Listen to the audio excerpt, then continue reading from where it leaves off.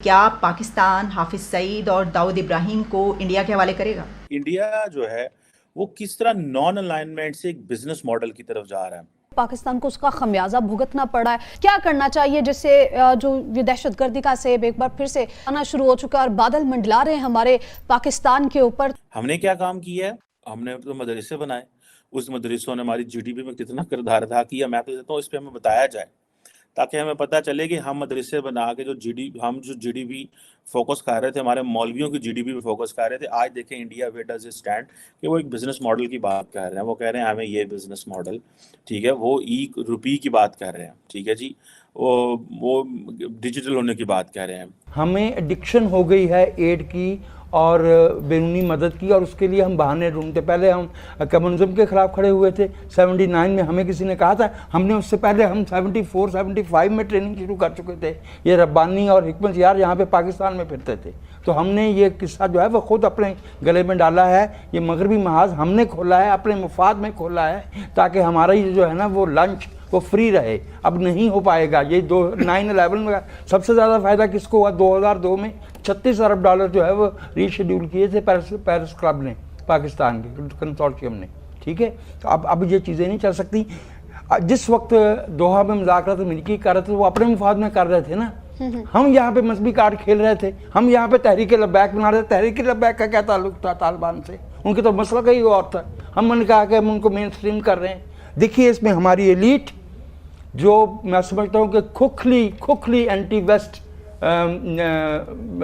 रिटॉरिक पे चलती है, और हमारी जो मुख्तदर फैसला साहब सो कॉल्ड कोट अनकोट कुफ्ते हैं, वो जो समझते हैं कि वो पाकिस्तान के लोगों पे अपना जो इजारा है उसे कायम रखने के लिए वो मजहबी कार्ड खेल सकते हैं। उन्होंने नहीं खेला। India has reach to the point वहाँ पे जो डॉक्टर जयशंकर है वो बाबा हो गया है। मतलब उसने पूरी जिंदगी वो as a career diplomat, no as a foreign minister.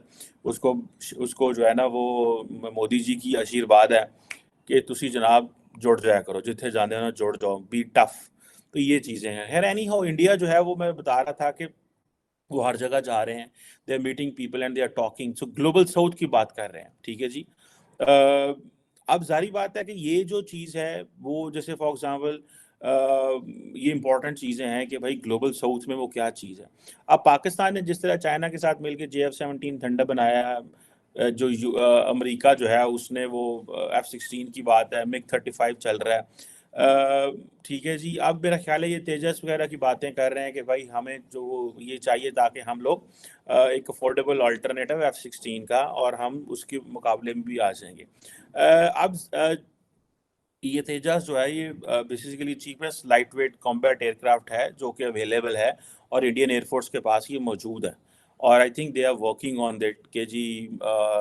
और उन्होंने तेजस वगैरह को बड़ा प्रमोट किया है। अभी रिसेंटली इजिप्ट में भी जाके भी राजनाथ सिंह साहब वहाँ पे गए थे, और ये सारी बातें उन्होंने कहानियाँ सुनाई वहाँ पे लोगों को। इस तरह फिलिपाइन को आप देख लें कि वो उनको $375 मिलियन की एक डील की कि वो सुपरसोनिक ब्रह्मोस मिसाइल, वही मिसाइल जो साढ़े छुट गया सी साढ़े को आके इधर मियाँ चनू में आग गिर गया था, ये वही मिसाइल है।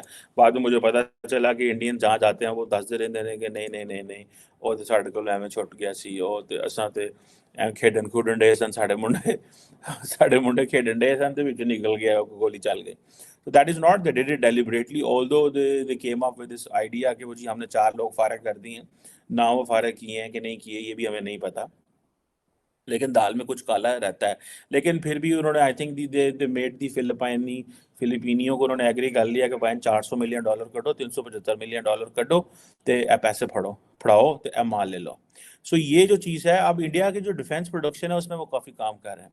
लेकिन the first and on this is कि वो पहले खुद ये बिजनेस मॉडल जो बना रहे हैं, पहले वो अपने वे ये करेंगे।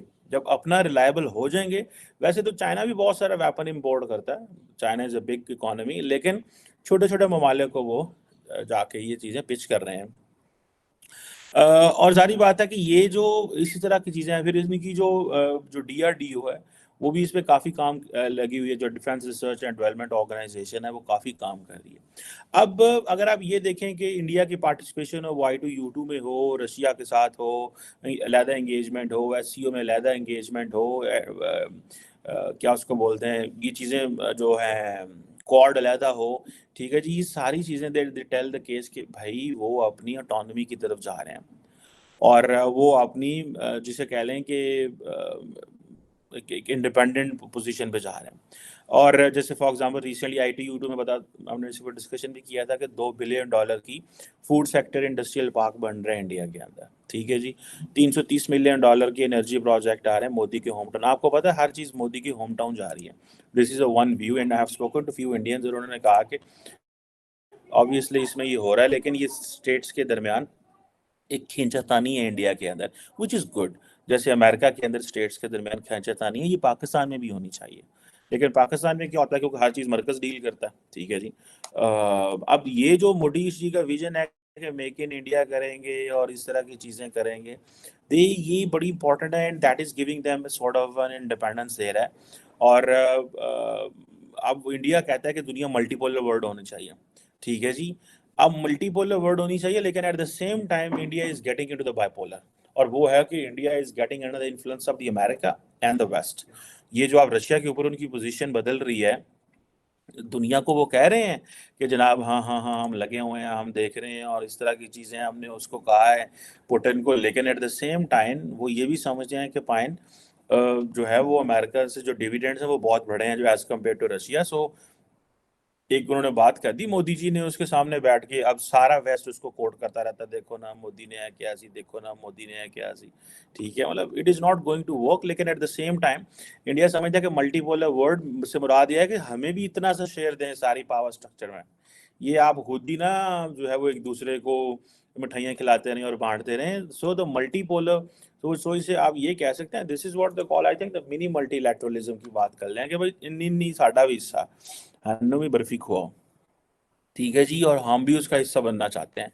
अब ये बेसिकली ये जो नई जियोपॉलिटिकल रीबैलेंसिंग है, इसमें जारी बात है इंडिया चाह रहा है कि हमें भी थोड़ा सा हिस्सा मिल जाए और हम भी अपना थोड़ा सा रोल प्ले कर दें। अदरवाइज ग्लोबली जिस तरह की चीज़ें तबाह बर्बाद हो रही हैं, इंडिया के लिए बहुत इंपॉर्टेंट अपॉर्चुनिटी है। एक चीज मैं बता दूं आपको, you can not grow, you can not be prosper unless आप अपने घर में काम नहीं करते। जो घर में काम नहीं ना कर रहे, आप कभी भी प्रॉस्परस नहीं हो सकते। दिस इज माय अंडरस्टैंडिंग, ये मेरी एक अंडरस्टैंडिंग है, I may be wrong on this, मतलब ये नहीं मैं कह रहा कि ठीक है जनाब। सो ये जो चीज़ है ये बड़ी इंपॉर्टेंट है। अब आप ये देखें कि अमेरिका ने अगर दुनिया में जाके छाया तो पहले उन्होंने खुद घर में काफ़ी काम किया। हमने घर में जो आपने घर में जो बच्चे अच्छी मैट्रिक कर लेता है, FSC पढ़ लेता है, यूनिवर्सिटी पढ़ लेता है, PhD कर लेता है, वो बेस बना लेता है ज़िंदगी में कामयाब होने के लिए। इसी तरह मुल्कों का भी यही हिसाब होता है कि वो पहले अपने घर में काम करते हैं। हमने क्या काम किया है, हमने तो मदरसे बनाए, उस मदरसों ने हमारी GDP में कितना किरदार अदा किया, मैं तो कहता हूँ इस पर हमें बताया जाए ताकि हमें पता चले कि हम मदरसे बना के जो GDP फोकस कर रहे थे, हमारे मौलवियों की GDP पे फोकस कर रहे थे। आज देखें India where does it stand कि वो एक बिजनेस मॉडल की बात कर रहे हैं, वो कह रहे हैं हमें ये बिजनेस मॉडल, ठीक है, वो ₹1 की बात कर रहे हैं, ठीक है जी, वो डिजिटल होने की बात कह रहे हैं।